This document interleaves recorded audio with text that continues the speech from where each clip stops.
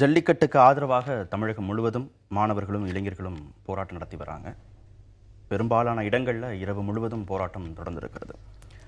அதை பற்றி தான் இந்த அமர்வு முழுவதுமே நாம் பேச போகிறோம். தமிழகத்தில் அசாதாரணமான ஒரு சூழலை ஏற்படுத்த சதி நடக்கிறது அப்படின்னு மத்திய அமைச்சர் பொன் ராதாகிருஷ்ணன் சொல்கிறார்.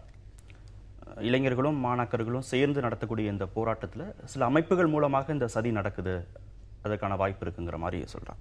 இது எப்படி புரிஞ்சுக்கிறது? அது எந்த அடிப்படையில் இந்த குற்றச்சாட்டை அவர் வைக்கிறார்? இல்லை, அவருடைய அந்த ஸ்டேட்மெண்ட் முழுவதையுமே படித்து பார்த்தோம்னா அவர் சொன்ன இந்த விஷயத்துக்கான உண்மையான அர்த்தம் நமக்கு புலப்படும். அதாவது இப்போ முதல்ல இந்த போராட்டம் 2016 போன ஆண்டு ஜனவரி 7ஆம் தேதி சுப்ரீம் கோர்ட்டு இது நம்மளுடைய பாரதிய ஜனதா கட்சியின் மத்திய அரசாங்கம் அந்த தடைக்கு ஒரு என்வரன்மெண்டல் மினிஸ்ட்ரி நோட்டிஃபிகேஷன் போட்டு அதை செய்யலாம்னு சொன்ன உடனே இம்மீடியட்டாக சுப்ரீம் கோர்ட் அதை இடைக்கால தடை விதிச்சிச்சு.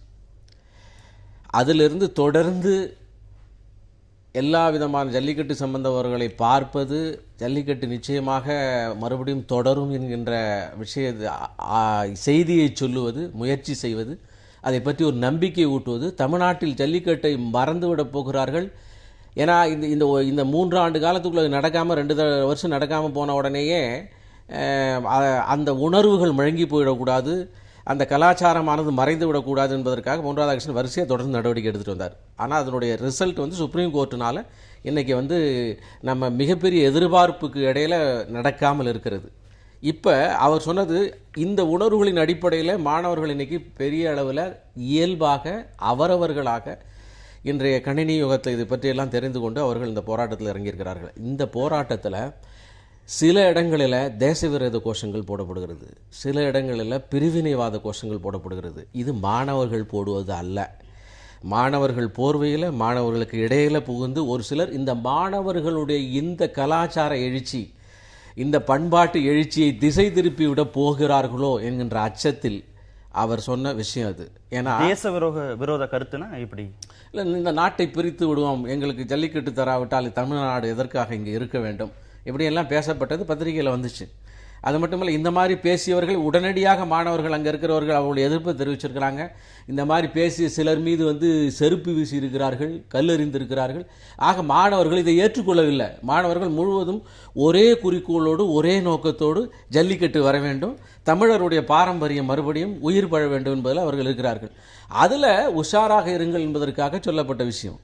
அது நடந்ததை பத்திரிகைகள் சொல்லி இருக்கிறது. எனவே அது பத்திரிகைகள் சொல்லாத ஒரு விஷயத்தை இவர் சொல்லலை. எனவே இத்தனை நாட்களாக இந்த ஜல்லிக்கட்டு ஒரு வெற்றியை நோக்கி போக வேண்டும் என்று முன்னெடுத்து சென்ற ஒரு நபர், அதனுடைய மீது இருக்கக்கூடிய மிகப்பெரிய அபரிதமான ஆர்வத்தின் காரணமாக, ஆசையின் காரணமாக இது திசை திருப்பி விடப்பட்டு விடக்கூடாதோ என்பதற்காக செய்யப்பட்ட ஒரு எச்சரிக்கை தான் இது.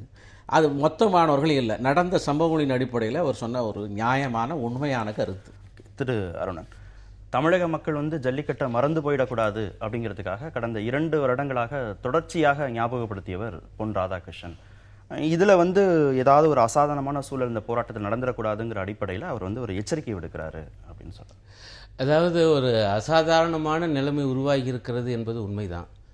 அதை உருவாக்கியது சாட்சாத் பாஜக அரசு தான், பாஜக காரங்க தான். இப்போ பழியை கொண்டு போய் வேற ஒருத்தவங்க மேலே போடுவது என்பது நியாயமே அல்ல. மக்கள் அப்படிலாம் ஒன்றும் மறக்கலை. அமைச்சர் ஒன்றும் நினைவூட்ட வேண்டிய அவசியம் தமிழர்களுக்கு கிடையாது. அவங்க உண்மையிலேயே ஒரு கால அவகாசம் கொடுத்தாங்க. தயவு செஞ்சு யோசிச்சு பாருங்க, 3 பொங்கல்களை நாம் கடந்து வந்துட்டோம். 2015 பொங்கல், 2016 பொங்கல், 2 பொறுத்து பார்த்தாங்க. இதே அமைச்சர் உள்ளிட்ட பாஜக தலைமை சொன்னாங்க, நடக்கும் நடக்கும் நடக்கும்னு ஒவ்வொரு பொங்கலுக்கு முன்பு சொல்லுவாங்க. பொங்கல் முடிஞ்சவுடனே என்ன சொல்லுவாங்கன்னா அடுத்த பொங்கலில் நடக்கும்பாங்க. அந்த அளவுக்கு நம்பி அவகாசம் கொடுத்து பொறுத்திருந்து பொறுத்து பார்த்து விட்டு தான் இன்றைக்கு இந்த ஆவேச எழுச்சி வந்திருக்கிறது. ஆகவே இன்றைக்கு ஒரு அசாதாரணமான சூழல் என்பது உண்மை. அதை உருவாக்கியது என்பது, பிரதானமாக உருவாக்கியது என்பது மத்திய மோடி அரசு என்பதை அவர் அங்கீகரிக்காமல் பேசுவது ரொம்ப வேதனைக்குரிய விஷயம். ஒரு முக்கியமான அம்சம் நான் என்ன பார்க்குறேன்னா, 1965க்கு பிறகு சகோதரரும் ஒப்புக்கொண்டார். இப்படி ஒரு தன்னெழுச்சியான மாணவர்கள் போராட்டத்தை நான் பார்க்கல. இவ்வளவு எழுச்சியோடு 65 போராட்டத்தில் நானும் அப்போ பள்ளி மாணவனாக இருந்தேன். அதில் நானும் கலந்து கொண்டவன் என்கிற காரணத்தினால் என்னுடைய அந்த நினைவுகள்லாம் அப்படியே பசுமையாக இருக்குது. அப்போ பெரிய அறைகோள் அப்படிலாம் ஒன்றும் விடலை. அதுவும் மதுரையில் நடந்துச்சு. மதுரை மிக முக்கியமான ஒரு மையமாக இருந்தது அந்த போராட்ட காலத்தில். இன்றைக்கு நான் என்ன பார்க்குறேன்னா, கிட்டத்தட்ட அதே போன்ற ஒரு எழுச்சி வேறு ஒரு கோணத்தில் பார்த்தா அதை விட இன்னும் சில முக்கியமான கூறுகள் சேர்ந்த ஒரு பேரெழுச்சி இன்றைக்கு மாணவர்கள் மத்தியில் ஒரு தன்னார்வமாக எழுந்திருக்கிறது. இதற்கு என்ன காரணம்? இது ஜல்லிக்கட்டுக்காகத்தான் பிரதானமாக. ஆனால் அது மட்டும் காரணமா என்று நான் யோசிக்கிறேன். சமீப காலமாக தமிழகத்தினுடைய உரிமைகள் தொடர்ந்து மறுக்கப்பட்டிருக்கின்றன. காவேரி மேலாண்மை வாரியம் அமைக்காததிலிருந்து, விவசாயிகளுடைய பிரச்சனையிலிருந்து, வார்தா புயல் வந்தது, அதற்கு கூட உடனடியாக ஒரு இடைக்கால நிவாரணம் வழங்கப்படாதது, இவ்வளவும் சேர்த்து அப்புறம் பார்த்தீங்கன்னா இந்த செல்லா நோட்டு விவகாரம், இவ்வளவும் ஒரு சேர்ந்து இன்றைக்கு ஒரு கொதிநிலை அப்படித்தான் வரும். ஏதேனும் ஒன்றில் அது வெடித்து கிளம்பும்.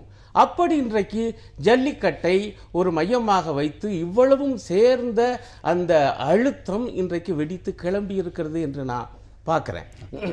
ஒன்றே உண்டு, அவர் போற போக்கில் சொன்னார், நமக்கு நேரம் இருக்கு பேசலாம். அறிவிக்கை ஒன்றை மத்திய அரசு வெளியிட்டது, உச்சநீதிமன்றம் தடுத்து விட்டது, நாங்கள் என்ன செய்வது என்பது போல் அவர் பேசினார். தயவு செய்து நண்பர் ஏற்றுக்கொள்வார் நினைக்கிறேன். அந்த அறிவிக்கையே தவறானது. அப்பவே நாம் பேசியிருக்கோம். அந்த காட்சிப்படுத்தப்படுகிற பட்டியலிலிருந்து காளையை எடுக்காமல் தனியா ஒரு உபவிதியை போட்டு ஜல்லிக்கட்டு ரேக்கலாவை நடத்தி கொள்ளலாம் என்று சேர்த்தா அது எப்படி கோர்ட்டு ஏற்றுக்கொள்ளும்? நீங்க அங்க காளையை சேர்த்தது காங்கிரஸ் ஆட்சியில் நான் மறுக்கல. அதை நீக்காம இதை மட்டும் கொண்டு போய் சொருகுனா அது எடுபடல. அப்பவே நம்ம விவாதம் பண்ணியிருக்கோம். ஆகவே அந்த பக்கமும் அந்த தவறு இருக்குது. இன்னைக்கு ஜல்லிக்கட்டு அப்படிங்கிற ஒரு வார்த்தையை வச்சு அதுக்கு ஆதரவாக கூடியிருக்கக்கூடிய இளைஞர்கள் அப்படிங்கிறது ஜல்லிக்கட்டை மட்டும் முன்னிலைப்படுத்தல, அதற்கு பின்னாடி இருக்கக்கூடிய தொடர் நிகழ்வுகள், அவங்கள பாதித்த தொடர் நிகழ்வுகள், அது காவிரி விவகாரமா இருக்கட்டும், விவசாயிகளுடைய மரணங்களா இருக்கட்டும், நீட் தேர்வா இருக்கட்டும், புதிய கல்விக் கொள்கையா இருக்கட்டும், இது தொடர்ச்சியான ஒரு பாதிப்பின் வெடிப்பாக இதை பார்க்க முடியும் அப்படிங்கிறார். அதுதான் பொன் ராதாகிருஷ்ணன் சொன்னுடைய அர்த்தம். அதுதான், அதாவது இவர்களுடைய அஜெண்டாக்களை எல்லாம், மோடி எதிர்ப்பு, மத்திய அரசு எதிர்ப்பு, இவர்களுடைய அஜெண்டாக்களை எல்லாம் அதில் கொண்டு போய் திணிச்சு அந்த இயல்பான இயற்கையான முதல் முறையாக ஒரு இளைய சமுதாயம் தன் கலாச்சாரத்தை இவ்வளவு பெரிய கணினி யுகத்தில், இவ்வளவு பெரிய இன்டர்நெட் யுகத்தில், இவ்வளவு பெரிய ஒரு என்ன சொல்லலாம், ஒரு ஃபேஷன் அதிகமாக இருக்கக்கூடிய ஒரு உலகத்தில் அந்த இளைஞன் தன்னுடைய பாரம்பரியத்தை மறக்காமல் இதற்காக அவன் போராடுவதை அப்படியே கவர்மெண்ட் எதிர்ப்பாக மாற்றுவதற்கு இவர்கள் முயற்சி செய்கிறார்கள் என்பதை தான் பொன் ராதாகிருஷ்ணன் குறிப்பிட்டார். இப்ப இந்த விஷயங்கள்னால இப்ப போராடக்கூடிய இளைஞர்கள் நேரடியாக எந்த பாதிப்பையுமே சந்திக்கல, அரசியல் கட்சிகள் மட்டும்தான் சந்திச்சாங்கன்னு சொல்லிட முடியுமா? இல்ல மறுபடியும் நீங்க அரசியலுக்கு தான் போறீங்க. அவர்கள் இளைஞர்கள் ரொம்ப கிளியரா போக்கஸ்டாக இருக்கிறார்கள். அவர்கள் இதே மாதிரி பிரிவினைவாத அரசியல் செய்ய முயன்றவர்களை, தமிழ்நாடு தனியாக பிரியும் என்றவர்களை, வேறு சில கோஷங்களை, இந்த ஜல்லிக்கட்டுக்கு சம்பந்தம் இல்லாத கோஷத்தை எல்லாம் உடனடியாக எதிர்ப்பு தெரிவித்து தடுத்திருக்கிறார்கள். அரசியல்ங்கிறது அது மட்டும் இல்ல, நீங்க தனிநாடு கேட்கிறதும் தனி மாநிலம் கேட்கிறதும் மத்திய அரசுக்கு எதிரான கருத்துக்களை சொல்றது மட்டும் அரசியல் மயப்படுத்துறதுன்னு புரிஞ்சுக்க வேண்டியதாக இருக்கிறதா? இந்த விஷயங்கள் எல்லாத்தையும் வேறொரு தளங்கள்ல அணுகிறதும் அரசியல் தான். இல்ல, அதாவது இந்த ஜல்லிக்கட்டு விவகாரத்தை மிகப்பெரிய அளவில் அந்த மாணவர்கள் சிறிய அளவில் அல்லது ஜல்லிக்கட்டு போராட்ட குழுவினர் அல்லது ஜல்லிக்கட்டுக்கு ஆதரவாக இருந்தவர்கள் இதை நடக்கலேன்னு சொன்ன உடனே ஜனவரி 16க்கு அப்புறம் அவர்கள் ஆர்ப்பாட்டம் செஞ்சதை எடுத்து போய் அதை ஃபோக்கஸ் பண்ணி பெரிய அளவில் அவர்களுடைய உணர்வுகளை ஒருங்கிணைத்தது ஊடகம். அதுக்கு பாராட்டுகள். நீங்க சொன்னதிலேயே அதுக்கான ஆன்சர் இல்ல முடிச்சு. அந்த மாதிரியான கருத்துக்களை சொன்னவங்களை மாணவர்களே எதிர்த்துட்டாங்க அப்படின்னு நீங்க சொல்லும் போது மாணவர்கள் தெளிவான அரசியல் புரிதலோட தான் இருந்திருக்காங்கிறதே தெரியும். நம்ம இப்ப அதை பேசல. அவங்க டிமானிட்டைசேஷனுக்கு எதிராக நான் போராட்டம் நடத்தினேன்னு சொல்லலையே, அதை பேச அவங்க காவிரிக்கு எதிராக நான் போராட்டம் நடத்தலன்னு சொல்லலையே, அதெல்லாம் இவர்களுடைய மேனிபுலேட்டிவ். இது எல்லாமும் ஒரு திரட்சியாக இருந்து இங்க ஒரு வெடிப்பாக மாறி புரிஞ்சுக்க வேண்டியதா இருக்கா? இல்லவே இல்லை. ஏன்னா இந்த ஜல்லிக்கட்டு விஷயத்துல பாரதிய ஜனதா கட்சி டிஃபென்சிவாக இருக்க வேண்டிய அவசியம் இல்லை. மிக பிரம்மாண்டமாக இதை முன்னெடுத்து சென்றது பாரதிய ஜனதா கட்சி மட்டுமே. ஏன்னா இந்த அறிவிக்கையை பத்தி அண்ணன் சொன்னாரு, அறிவிக்கையில இங்கிருந்து இப்பொழுது இருந்து எதிலே அர்த்தம் வந்து குற்றம் கண்டுபிடிக்கணுங்கிறது ஈஸியான விஷயம். அன்னைக்கு தீர்மானம் செய்தது சுப்ரீம் கோர்ட் தடை போட்ட உடனே அந்த ஒரு விஷயத்தை ஜல்லிக்கட்டு அந்த கார்ட் ரேஸ் இறக்லா ரேஸை மட்டும் அதிலேருந்து வெளியெடுத்துட்டோம்னா சுப்ரீம் கோர்ட் உள்ள இன்டர்ஃபியர் பண்ண முடியாது என்கின்ற ஒரு மிகப்பெரிய நம்பிக்கையில சட்ட வல்லுநர்கள் சொன்ன அடிப்படையில் எடுத்தது. அதனால இன்னைக்கு ஈஸியா சொல்லிடலாம். ரெண்டாவது, அதற்கு பின்னால் எப்படி எடுத்துட்டு போனது, விலங்கு நல வாரியம் வந்து எப்படி எங்களை கேட்காம இம்ப்ளீட் பண்ணுவேன்னு சொல்லி கண்டனம் தெரிவிச்சதுக்கு நோட்டீஸ் கொடுத்தோம். 2 ஹியரிங் அதுக்கப்புறம் நடந்ததுக்கு அப்புறம் வரிசையாக வெறும் வந்து அனிமல் ஸ்போர்ட்ஸ் வீர விளையாட்டுங்கிறதுல சுப்ரீம் கோர்ட் வந்து ஸ்பெயினையும் மற்ற நாடுகளையும் கம்பேர் பண்ணி இதை காலி பண்ண முயற்சிக்கின்றப்ப அதை உடனடியாக தமிழர் பண்பாடு அடுத்தோம். அதுவும் இல்லாமல் இந்திய கலாச்சாரம் அடுத்தோம். அப்படி எடுத்து அதை போட்டதுக்கு அப்புறம் யார் இப்போ கேட்குறேன், இவங்க வந்து இடது கம்யூனிஸ்ட்காரர்கள் இம்ப்ளீட் பண்ணிக்கிட்டாங்களா? அது வந்து நடக்கலன்னு சொன்னதுக்கு அப்புறம் எவ்வளவு வேற பொலிட்டிக்கல் பார்ட்டி தன்னை இம்ப்ளீட் பண்ணிக்கிட்டாங்களா? இவர்கள் தன்னை வந்து அதுல 1% கூட சேர்த்துக்காதவர்கள் திடீரென அதனுடைய ரிசல்ட் கிடைக்கலன்னு இந்த போராட்டத்தை தங்களுக்கு சாதகமாக பயன்படுத்துவதற்காக முயற்சி செய்கிறார்கள். பாரதிய ஜனதா கட்சி ஏன் இப்ப 2011 இந்த வரும்பொழுது காங்கிரசுக்கும் சிபிஎம் கொண்ட உறவு என்ன? இதற்கு பின்னால 2011-14 வரலும் நடந்த விஷயங்கள்ல இவர்கள் வந்து எந்த இடத்துல வந்து சுப்ரீம் கோர்ட்டிலேயோ எந்த இடத்துல காங்கிரஸ் கட்சியோ கண்டித்தார்கள் இல்லையே. இப்போது மோடியை கண்டிக்க வேண்டும், மத்திய அரசை கண்டிக்க வேண்டும் அபிப்பிராயம். ஆனால் உண்மை நிலவரம் என்ன? தொடர்ந்து பாரதிய ஜனதா கட்சி முன்னெடுத்து செல்கிறது. ஒரே ஒரு விஷயம், சுப்ரீம் கோர்ட் அடமெண்டாக இருக்கிறது. இது முழுக்க சுப்ரீம் கோர்ட்டுடைய வேலை. அதனால உச்சநீதிமன்றத்தின் மீதான இங்கே போடுவது சரியில்லை. இவர்கள் தங்களை இம்ப்ளீட் பண்ணி கொண்டாதவர்கள், இதிலே வராதவர்கள் இந்த 16ஆம் வருஷத்திலிருந்து இதுவரையில ஒரு இம்மி அளவு நடத்தாம வெறும் கண்டனங்களை மட்டும் சொல்லிக் கொண்டிருப்பவர்கள். என்ன ஆர்வம்? ஒரு ஆர்வம் இல்லை. அதனால இந்த வாதத்தை ஏற்றுக்கொள்ள முடியாது. 2 விஷயங்கள் திரு அருணன். ஒன்று, எதிர்க்கட்சிகள் விமர்சனம் செய்யக்கூடிய எதிர்க்கட்சிகள் ஏன் இந்த வழக்குல தங்களை சேர்த்துக்கல அப்படின்னு ஒரு கேள்வி கேட்கிறார். இன்னொன்னு, மாணவர்கள் ஜல்லிக்கட்டுக்காக மட்டும்தான் போராடுறாங்க, ஆனா மத்திய அரசுக்கு எதிர்நிலையில இருக்கக்கூடிய எதிர்கருத்தை கொண்டிருக்கக்கூடிய கட்சிகள் தங்களுடைய அஜெண்டாக்கள் எல்லாத்தையும் இந்த மாணவர் போராட்டத்தோடு சேர்த்தே வெளிப்படுத்துறாங்க அப்படின்னு சொல்றாங்க. அதாவது ஒரு விஷயத்தை நான் தெளிவுபடுத்த விரும்புறேன். ஒரு சிலர் இதுபோல பிரிவினை கோஷங்களை கொடுக்கிறார்கள். ஆனால் சகோதரரை சொன்னார், அதை மாணவர்கள் வந்து மறுத்திருக்காங்கன்னு. கம்யூனிஸ்டுகள் ஒருபோதும் இந்த பிரிவினை சிந்தனையை, பிரிவினை வாதத்தை, பிரிவினை கோஷத்தை ஏற்றதில்லை, ஏற்க போவதும் இல்லை. ஆனால் பிரிவினையை எதிர்க்கிறோம் என்கிற பெயரில் தமிழ் மக்களின் நியாயமான உரிமைகளை முடக்கக்கூடாது. அதைத்தான் நாம் எதிர்க்கிறோம். நான் என்ன சொல்ல வர்றேன், காவேரி மேலாண்மை வாரியத்திலிருந்து ஜல்லிக்கட்டு வரைக்கும் அதுதானே. அப்ப அது இயல்பாக அதெல்லாம் இருந்து இன்றைக்கு இந்த வடிவத்தில் வெடிக்குதுன்னு சொல்றது என்ன தப்பு? அரசுக்கு எதிராக திருப்பலாமாங்கிறாப்புல அரசு தானே செயல்படாம இருக்கு. இப்ப பாருங்க, நாங்க அப்பவே சொன்னோம், அறிவிக்கையில் நீங்க வெறுமனை போய் ஜல்லிக்கட்டை மட்டும் நடத்தலாம்னு போட்டா அது எப்படி? ஏன்னா காட்சிப்படுத்த கூடாத பட்டியலில் காலையில வச்சுக்கிடுவீங்களாம் இந்த அரசாங்கம், ஆனால் ஜல்லிக்கட்டை நடத்தலாம்னா அப்படி சொன்னா அது எப்படி கோர்ட் ஏற்கும்னு அப்பவே கேட்டு இங்கே வாதம் பண்ணியிருக்கோம்.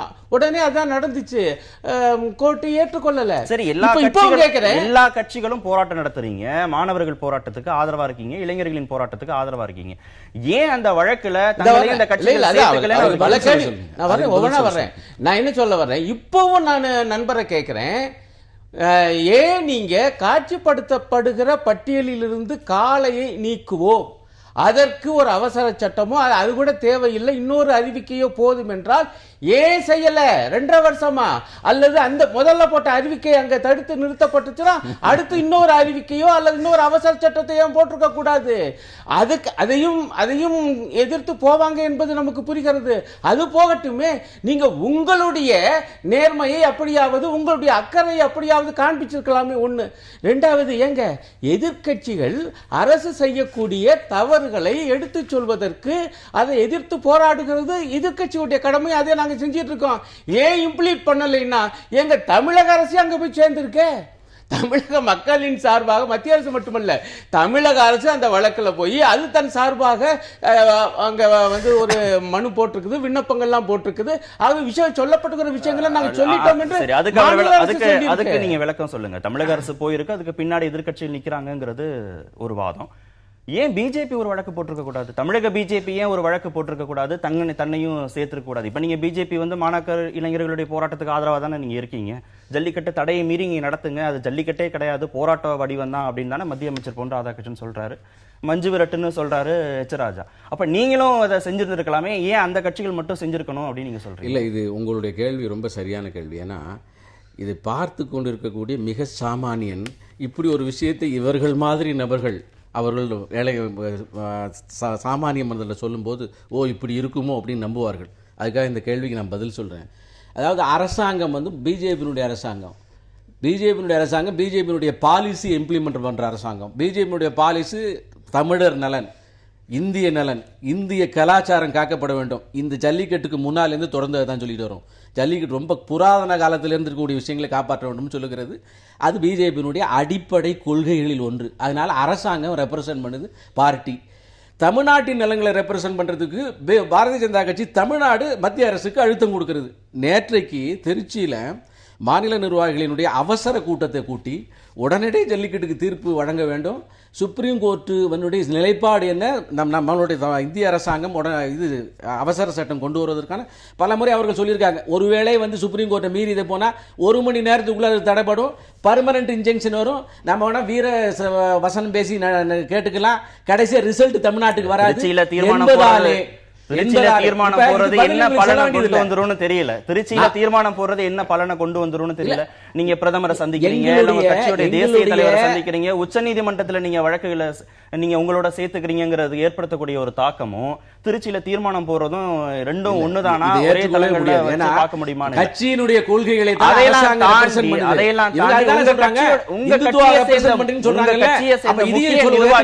உங்க கட்சியோட முக்கிய நிர்வாகிகள் மாறுபட்ட கருத்துக்களை சொல்றாங்க. சுப்பிரமணியன் சாமி தொடர்ந்து பொறுக்கிகள்ங்கிற வார்த்தையை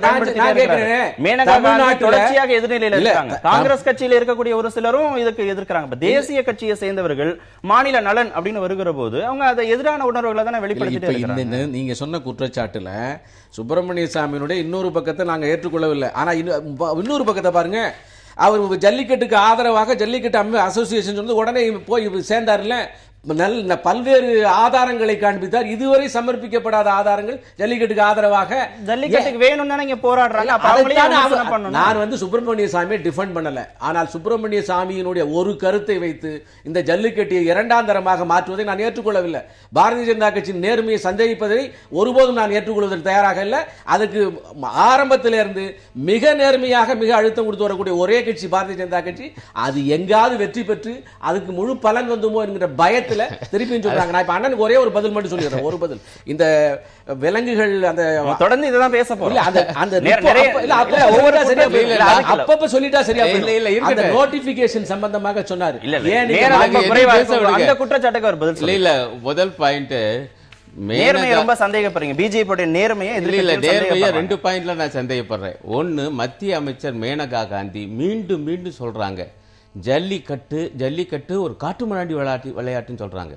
அது நடத்தக்கூடாது என்பதுதான் பாஜகவின் கொள்கை. இது பத்திரிகையில வந்திருக்க. இதை இவர்கள் மறுத்தார்கள். அப்படி பாஜகவின் கொள்கை பேசாத ஒரு பாஜக காரர் அமைச்சராக இருக்கலாமா?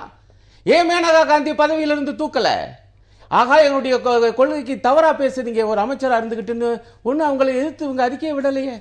2வது பாயிண்ட் கேளுங்க, நீங்க நல்லா கேட்டீங்க. ஏன் பாஜக இந்த வழக்கில் தன்னை வந்து ஈடுபடுத்திக் கொள்ளவில்லை? நண்பர் என்ன சொல்றாரு, எங்க அரசாங்கமே போட்டிருக்க வழக்குங்கிறாங்க. நேச்சுரல் இருங்க, என்னை பேச நேச்சுரல், என்னை பேச விடுங்க, பேசுங்க. எவ்வளவு பேசினாலும் நியாயம் எங்கள்ட்ட தான் இருக்கு. என்ன நியாயம்? இங்கே கட்சிகள் எல்லாம் அழுத்தம் கொடுத்து தான் தமிழக அரசாங்கம் போய் சேர்ந்து இருக்குது. பிறகு என்ன, நாங்கள் கொடுத்த அழுத்தத்தில் தானே நீங்க அங்க போய் பேச வேண்டி இருக்குது மத்திய மாநில அரசுகள்.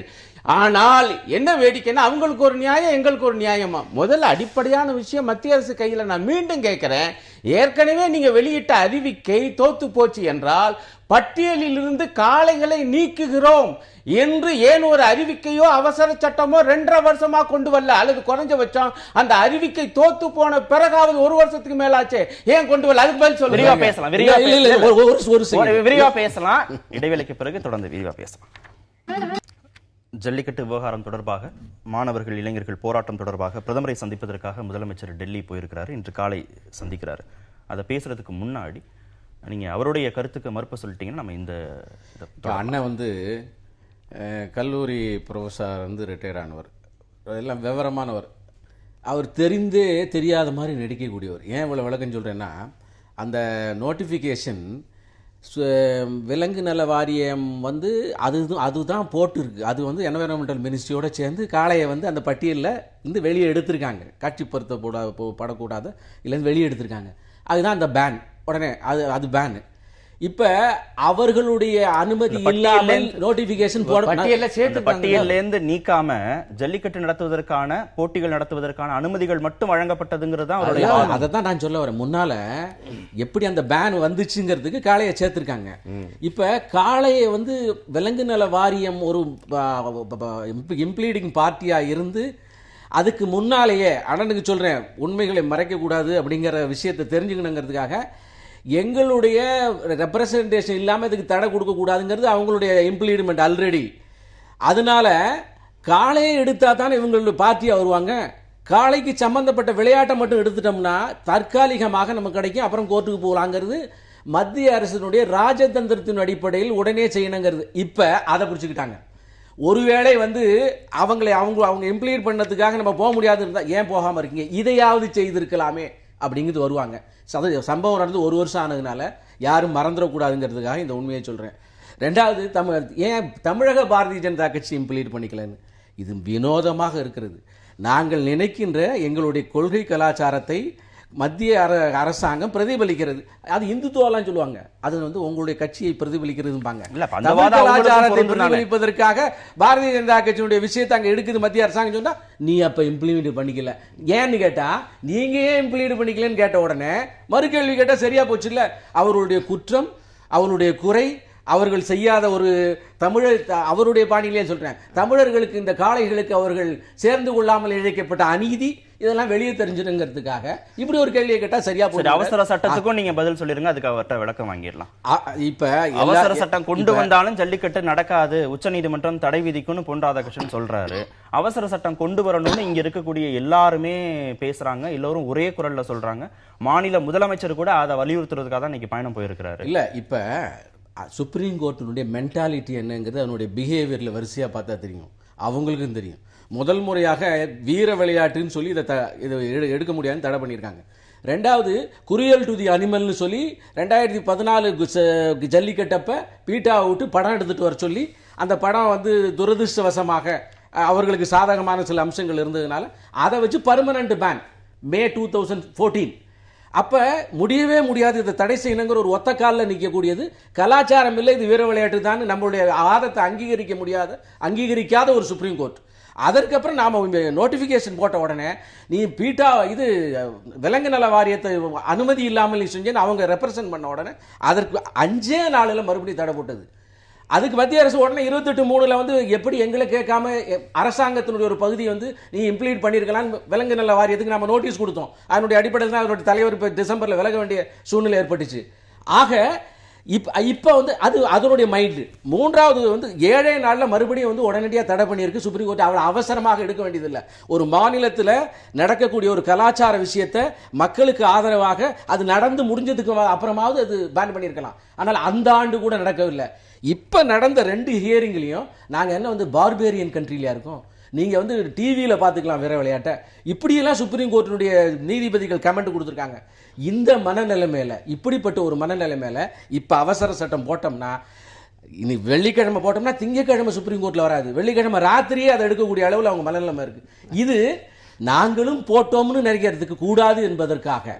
அப்புறம் இந்த கேஸ்ல பர்மனன்ட் பேன் மறுபடியும் கொடுத்துருவாங்க. மறுபடியும் கேஸ 0ல இருந்து ஆரம்பிக்கணும். இன்னும் எத்தனை ஆண்டுகளுக்கு ஜல்லிக்கட்டு நடக்காது என்பதே தெரியாது. எனவே இதையெல்லாம் கருத்தில் கொண்டு பாஜக செஞ்சதுக்கு நீ போட்டுடலாமே அன்னைக்கே 7ஆம் தேதி போட்டு 14ஆம் தேதி சுப்ரீம் கோர்ட் பேன் பண்ண உடனே முடிஞ்ச உடனே இவங்க என்ன சொன்னார்கள்? இவர்கள் என்ன சொன்னா, நீ அடிக்கிற மாதிரி நிறைய கேள்விகள் இருக்கு. அதாவது ஒரு ராஜதந்திரமா பண்ணோம், பட்டியலிருந்து காளைகளை நீக்காமலேயே ஜல்லிக்கட்டு மட்டும் நடத்தலாம் என்று நாங்கள் ஒரு அறிவிக்கை வெளியிட்டோம். அது ஒரு மிகப்பெரிய ராஜதந்திரம் அப்படின்னு நண்பர் சொல்றாரு.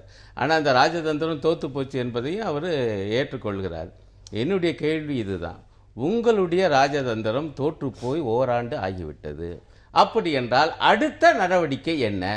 உங்க தரப்புல இருந்து, மோடி அரசு தரப்புல இருந்து ஏதேனும் ஒரு நடவடிக்கை எடுக்கப்பட்டதா? உச்சநீதிமன்ற மனநிலையில பொறுத்துதான் முடிவு எடுக்க முடியும்.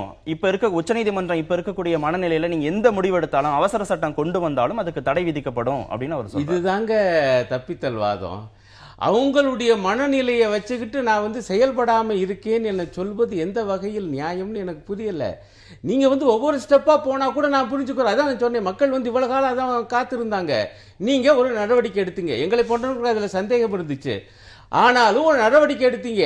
இப்ப என்னன்னா எதுவுமே செய்யல. அந்த நடவடிக்கை தோத்து போச்சு, தெளிவா இருக்குது. இல்ல நிரந்தர தடை வந்தா என்ன பண்ணுவீங்க? அதுவும் ஒரு ஊகம் தான். நிரந்தர தடை வரும் சொல்லி இவங்களா சொல்லிட்டு தங்களுடைய செயல்பாடு அமைக்கி அவங்க ஒரு காரணம் சொல்றாங்க. அது நான் என்ன சொல்ல வர்றேன், இந்த அறிவிக்கையை அது ஏற்றுக்கொள்ளல உச்ச நீதிமன்றம். நீங்க பட்டியலில் இருந்தே காளையை நீக்கி ஒரு அவசர சட்டமோ அறிவிக்கையோ போட்டிருந்தால் அப்பொழுது உச்ச நீதிமன்றத்தின் மனோநிலை என்னவாக இருந்திருக்கும் என்று இப்ப ஏன் ஊகம் பண்றீங்க? நீங்க கொண்டு வாங்க. நீங்க முதல்ல அந்த பட்டியலில் இருந்து காளைகளை நீக்குங்க. அறிவிக்கை மூலமோ அல்லது அவசர சட்டம் மூலமோ உச்ச நீதிமன்றம் என்ன சொல்லுகிறது என்று பார்ப்போம். நீங்க உங்க தரப்புல செய்ய வேண்டியதை செய்யல. அதற்கு என்ன சொல்றீங்க? உச்ச நீதிமன்றம் இப்படி சொல்லலாம், அப்படி பேசலாம், நள்ளிரவிலேயே தடை போடலாம் என்றால் என்ன அர்த்தம் என்றால் உங்களுக்கே மனசில்ல. மனம் இருந்தால் மார்க்க உண்டு. மோடி அரசுக்கு, பாஜகவுக்கு ஜல்லிக்கட்டை நடத்த வேண்டும் என்கிற எண்ணம் இல்லை என்றுதான் நாங்கள் புரிந்து கொள்ள வேண்டியிருக்கு. இல்ல, பாஜகவுக்கு எண்ணம் இல்லைன்னு சொல்லி இடதுசாரி கம்யூனிஸ்ட் இப்படி சொல்லாம வேற எப்படி சொல்ல முடியும்? அவங்க அப்படிதான் பேச முடியும். எவ்வளவு நேர்மையான நடவடிக்கைகள் எடுத்தாலும் இப்படித்தான் பேசுவார்கள். ஏன்னா இப்ப கொஞ்ச நேரத்துக்கு முன்னால ஸ்டெப் பை ஸ்டெப்பா சொன்னேன்.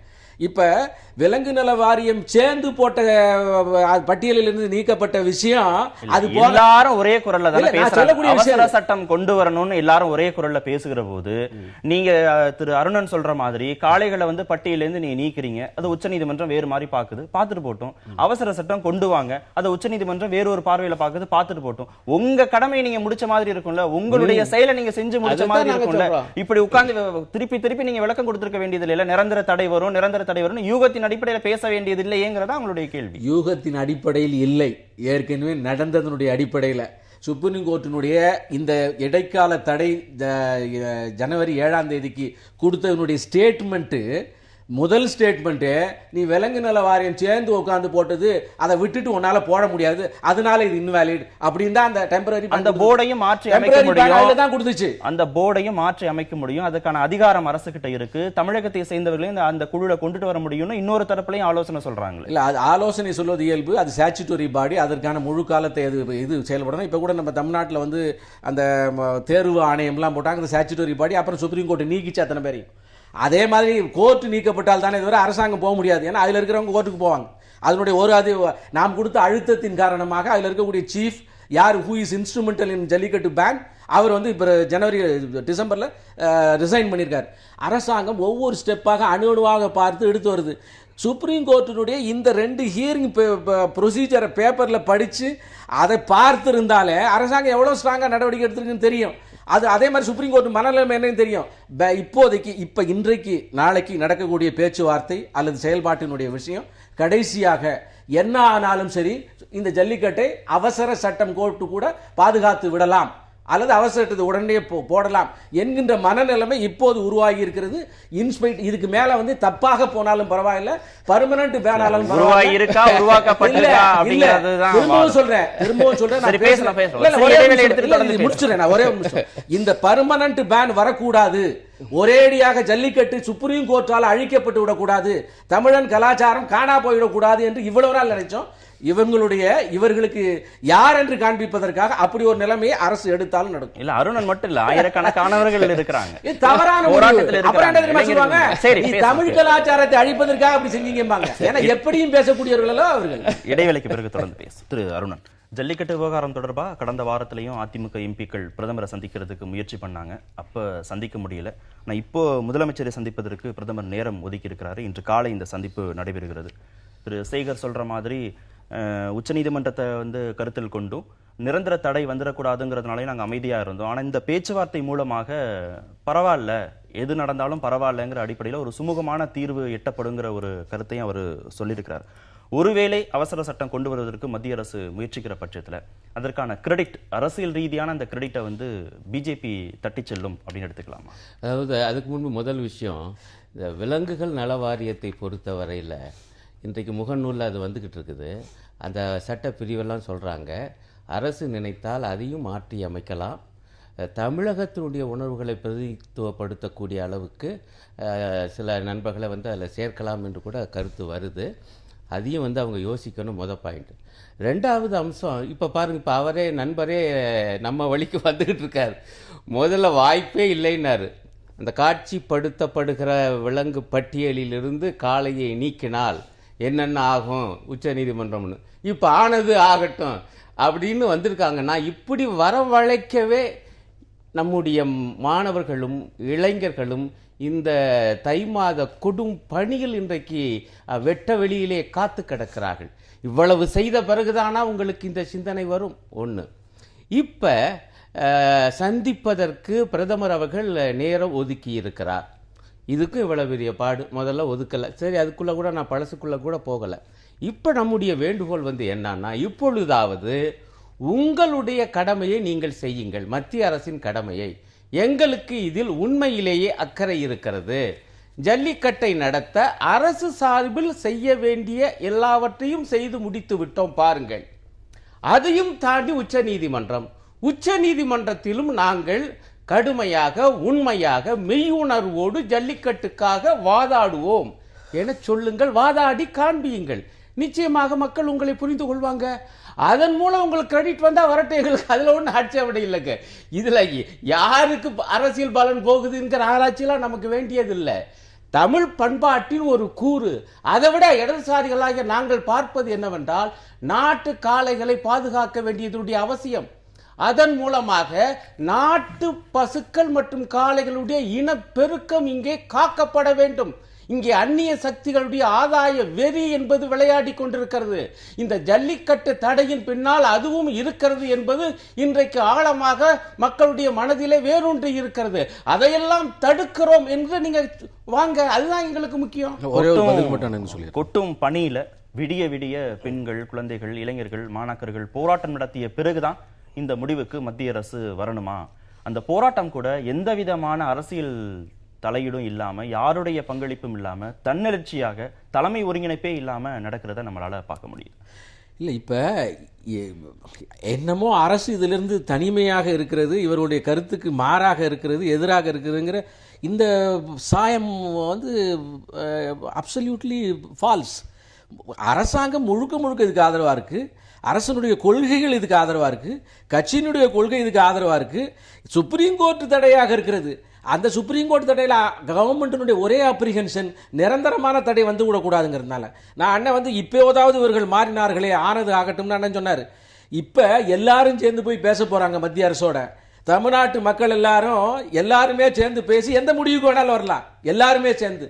ஏன்னா 7 நாளில் சுப்ரீம் கோர்ட்டு தடை கொடுத்தோன்னே நீங்கள் அடிக்கிற மாதிரி அடிச்சிங்க, அவங்க அணைக்கிற மாதிரி அணைச்சாங்கன்னு அன்றைக்கு விவாதம் பண்ணார்கள், அன்றைக்கு இதை கேள்வி பேசினார்கள்.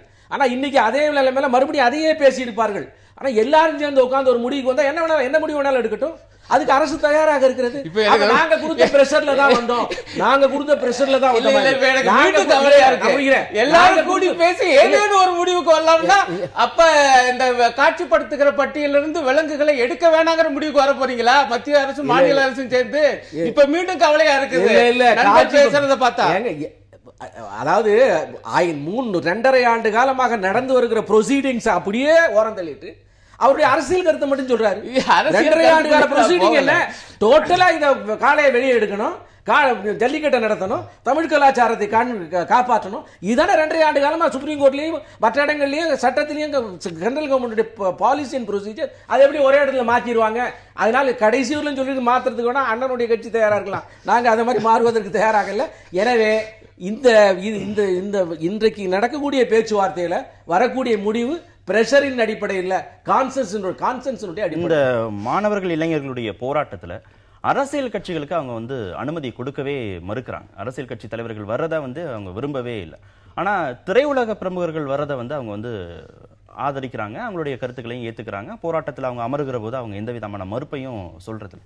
இது எப்படி புரிஞ்சுக்கிறது? வெவ்வேறு கட்சிகளை சேர்ந்தவர்கள் தான் எல்லாரும் ஒண்ணு சேர்ந்து அங்க மாணாக்கர்களா போராடுறாங்க, இளைஞர்களா போராடுறாங்க அப்படின்னா எந்த ஒரு தனிப்பட்ட அரசியல் கட்சியும் உள்ள வரதுக்கு எதிர்ப்பு அப்படிங்கிறத எப்படி புரிஞ்சுக்கிறது? அதாவது என்னை பொறுத்தவரை அதை நான் நல்லபடியாக தான் எடுத்துக்கிறேன்.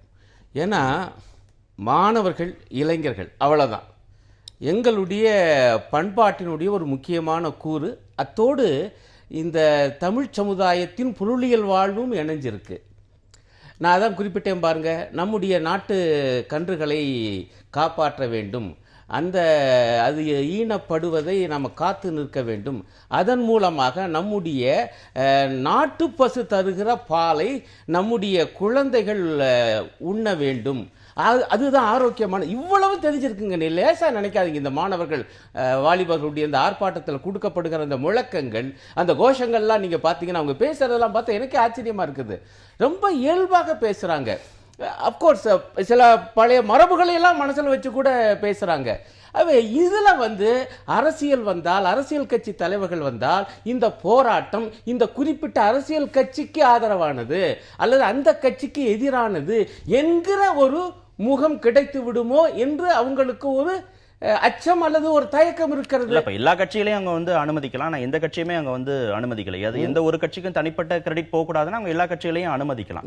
இன்னொரு கருத்தை என்ன சொல்றாங்கன்னா, அரசியல் கட்சிகள் உள்ள வருகிற போது கூடுதல் வலு கிடைக்கும் இந்த போராட்டங்களுக்கு அப்படின்னு சொல்லப்படுகிறது. இதுக்கு முன்னாடி கிடைச்ச எல்லா விஷயங்களையும் இந்த அரசியல் கட்சிகள் தான் பெற்று தந்திருக்கிறாங்க. அதனால அரசியல் கட்சிகளை முற்றிலுமாக இவர்கள் நிராகரிக்க கூடாது அப்படின்னு சொல்றாங்க. அதாவதுங்க, அரசியல் கட்சியை அதாவது இந்த கோணத்திலிருந்து தான் வேண்டாம் என்று நினைக்கிறேன். இருக்கட்டுமேங்கிறேன் நான். அரசியல் கட்சியைத்தான் நிராகரிக்கிறாங்களே ஒழிய இதுவே ஒரு அரசியல் தான். ஒரு பொது காரியத்துக்காக, ஒரு பொது கோரிக்கைக்காக லட்சக்கணக்கான பேர் இத்தகைய ஒரு ஆர்வமான ஒரு அக்கறை மிக்க ஒரு போராட்ட களத்தை நடத்துறாங்க. நடத்தட்டுமே. இன்னும் கூட நீங்க நடிகர்களை பத்தி சொன்னீங்க, அவங்க கூட உட்கார்ந்தா அனுமதிக்கிறாங்க. மைக்க பிடிச்சுக்கிட்டு பேசினா அப்ப சந்தேகப்படுறாங்க, நீங்க வேற மாதிரி கொண்டு போறீங்க. இது பாருங்க, இந்த உணர்வு நடிகர் சங்க தலைவர்களை எப்படி பேச வச்சிருக்குன்னா, மாணவர்கள் முன்னணியில் இருக்கட்டும், நாங்கள் பின்னணியில் தான் இருக்க விரும்புகிறோம் என்று அவங்களே பேச வேண்டிய ஒரு நிலைமை. இத்தகைய ஒரு வடிவமும் வரட்டுமே. இல்ல, இதுவே ஒரு அரசியல். அண்ணன் சொன்னார், அரசியல் கட்சி தலைவர்கள் உள்ள போக கூடாது, இதுவே அரசியல்னு. இது அரசியல் அல்ல. இது அரசியல். இது அரசியல் சொல்லல. இல்ல, போராட்டத்தை அரசியல் சொன்னேன். தயவு செய்து தப்பா சொல்லாதீங்க. இன்சிடென்ட் நான் குறை சொல்லல. இல்ல கோயில நீங்க மாத்தி சொல்லாதீங்க. அதனால இது அரசியல் ஆக்கி விடக்கூடாது. ஏன்னா இது அரசியல் ஆயிடுச்சுன்னா இதனுடைய ஜீவன் மையப்புள்ளி அந்த சில்வர் பாயிண்ட் போயிடும். ஏன்னா கலாச்சாரத்துக்கு ஆதரவாக இளையப்பட்டாலும் வருவது இந்த நாட்டுக்கு மிகப்பெரிய நல்ல விஷயம். அதனால தான் பூரா வேண்டாம் அவர்கள் உஷாராக இருப்பது வரவேற்கத்தக்கது. அதுலேயே 1-2 சின்ன விஷயங்கள் நடந்து அதை அவர்கள் புறக்கணித்து தடுத்து அவர்களை விரட்டி இருக்கிறார்கள். நடிகர்களை பொறுத்த மட்டும் எனக்கு என்னமோ நடிகர்கள் ஒரு இன்ஸ்பிரேஷன். அவர்கள் அந்த நேரத்தில் கொடுக்கக்கூடியது ஒரு டானிக்னு வச்சுக்கலாமே தவிர, இதே மாதிரி போராட்டங்கள் வலுப்பெறுகின்ற போது மட்டும்தான் அவர்கள் காண்பித்துக் கொள்ள விரும்புவார்கள். அதுல பெரிய பெரிய விஷயங்கள் இருப்பதாக நான் நினைக்கிறேன். சரி, இப்படி பொது பிரச்சனைகளுக்காக, ஒரு கோரிக்கைகளுக்காக இப்படி இளைஞர்கள் ஒன்று சேர்ந்து சமூக வலைத்தளங்கள் மூலமாக ஒன்று சேர்ந்து ஆயிரக்கணக்கான இளைஞர்கள் ஒரு இடத்துல கூடி போராட்டம் நடத்த முடியும். மாநில அரசையும் மத்திய அரசையும் தங்களுடைய வழிகளுக்கு கீழே கொண்டு வர முடியும், அழுத்தம் கொடுக்க முடியும்னா இனிமே அரசியல் கட்சிகளுடைய வேலை என்னவா இருக்கும், பணிகள் என்னவா இருக்கும், இது எதிர்கால அரசியல இது என்ன மாதிரியான தாக்கத்தை உருவாக்க போகுதுன்னு பல்வேறு கேள்விகள் இருக்கு. அதாவது இது ஒரு நல்ல அதாவது நவீன காலத்துக்கு ஏற்ற ஒரு நிலைமைங்க. இப்போ நாங்கள்லாம் அப்போ போராடும் பொழுது, நாங்கள் பள்ளியில் இருக்கும்போது சரி, கல்லூரியில் இருக்கும்போது போராடி இருக்கோம். அரசாங்கம் என்ன செய்யும்னா, ஒரு போராட்டம் ரொம்ப தீவிரமடைஞ்ச உடனே என்ன பண்ணிடும், கல்லூரி அல்லது பல்கலைக்கழகத்தை இழுத்து மூடிடும். காலவரையற்ற மூடல் அப்படின்னு சொல்லிடுவாங்க. இப்போ என்னன்னா, இப்போ கூட மூடியிருக்காங்க 32 கல்லூரிகளையும். ஆனால் அதனால ஒன்றும் பயன் இருக்க போறதில்லை. காரணம், இந்த சமூக வலைத்தளங்கள் மூலமாக இந்த மாணவர்கள் எல்லாம் அவங்களுக்குள்ள தகவல் தொடர்பை பரிமாறிக்கொள்ள போறாங்க. அவங்க கூடியிருக்காங்க, ஏற்கனவே அங்க நிக்கிறாங்க. எப்படி புரிஞ்சுக்கிறது? அரசியல் கட்சிகள் மீதான நம்பிக்கையின்மை இல்ல, இதைத்தான் சொல்ல வரேன். எப்படி எடுத்துக்கிறது? இல்ல இந்த வடிவம் என்பது புதுமையானது. ஆகவே கல்லூரிகளை பல்கலைக்கழகங்களை மூடி இனிமேல் மாணவர் போராட்டம் சொல்ல முடியாது. ஐடி இளைஞர்களும் போராடுறாங்க, பொதுமக்கள் வர்றாங்க, எல்லாரையும் சமூக வலைத்தளம் ஒண்ணு சேர்க்குது. இதுவரைக்கும் ஒண்ணு சேர்த்த கட்சிகள் எங்க நிக்கிறாங்க? வெளியில நிக்கிறாங்க. இல்ல இது ஒன்று, இது வரவேற்கணும். நான் என்ன சொல்ல வரேன், இதன் காரணமாக அரசியல் கட்சிகளுடைய செயல்பாடோ அல்லது அவருடைய பங்களிப்போ இல்லாம போயிடாது. நான் என்ன சொல்ல விரும்புறேன்னா, இன்றைக்கு மாணவர்கள், வாலிபர்கள், ஐடி ஊழியர்கள் உட்பட வந்திருக்காங்கன்னா இதற்கான உத்வேகத்தை, இந்த கோரிக்கையின் நியாயத்தை சொன்னது எதிர்க்கட்சிகள் தானே. அவங்க சொல்ல போய் தானே இந்த இது வருது. ஆனால் எதிர்க்கட்சிகள் சொன்ன அளவுக்கு செயல்படவில்லையோ என்கிற எண்ணம் வந்து இவங்க களத்தில் இறங்கியிருக்காங்க. இதுல கட்சிகளுக்கு ஒரு படிப்பினை இருக்கு என்பேனா? இல்லை, இன்றைய விஷயத்தில் ஊடகங்கள், சமூக வலைதளங்களுடைய பங்கு மிக பெரிது. அதுதான் இவர்களை இணைத்திருக்கிறது. ஏன்னா ஒரு எந்த விதமான சென்ட்ரலைஸ்டு டீமும் இல்லாமல் அவரவர்களாக தனித்தனியாக வந்து இந்த நடக்காமல் போனதற்கு நடக்க வேண்டும் என்ற ஆசையில் உந்தப்பட்டு அவர்கள் செய்திருக்கிறார்கள். இது வந்து இதுதான் வந்து ஆப்பாக மாறியது, ஏஏபியாக பின்னால் ஒரு கட்சியாக உருவெடுத்தது. அதனால் இது இப்போதைக்கு சென்ட்ரலைஸ்டு டீமாக இல்லாததுனால இது ஒரு அரசியல் கட்சிகளுக்கு ஒரு எச்சரிக்கையாக அல்லது ஒரு தூண்டுதலாக அல்லது ஒரு பக்கபலமாக எந்த வேணாலும் அவங்கவுங்க ஸ்டைலுக்கு போட்டுக்கலாம், அந்த மாதிரி இருக்கிறது. இது வரவேற்கத்தக்க ஒரு விஷயமாகும். ப்ரொவைடட் தேசவிரோத கோஷங்களும் சமூக விரோத ஊடுருவலும் இல்லாமல். இதாவது அவங்க மாணவர்களே நிராகரிச்சிடுறாங்க. அந்த மாதிரி வருகிற போது அவங்களே நிராகரிச்சிடறாங்க. 2.5 மணி நேரத்தில் சந்திப்பு நடக்க போகுது, பார்க்கலாம், என்ன பொறுத்திருந்து பார்க்கலாம். நிகழ்ச்சியில் பங்கேற்ற இருவருக்கும் மிக்க நன்றி. மீண்டும் சந்திப்போம். நன்றி, வணக்கம்.